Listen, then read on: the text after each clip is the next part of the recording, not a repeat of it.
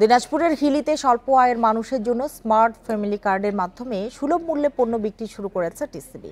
সকালে হিলিবাজারের খাদ্য গুদাম মোড়ে এই কার্যক্রম শুরু হয়।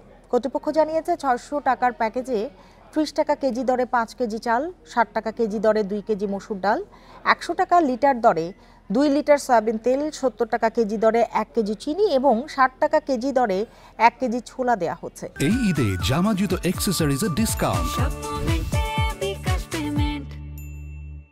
উপজেলার স্মার্ট কার্ডধারী ৭,০৩৮ জন ফ্যামিলি কার্ডধারী এসব পণ্য পাবেন।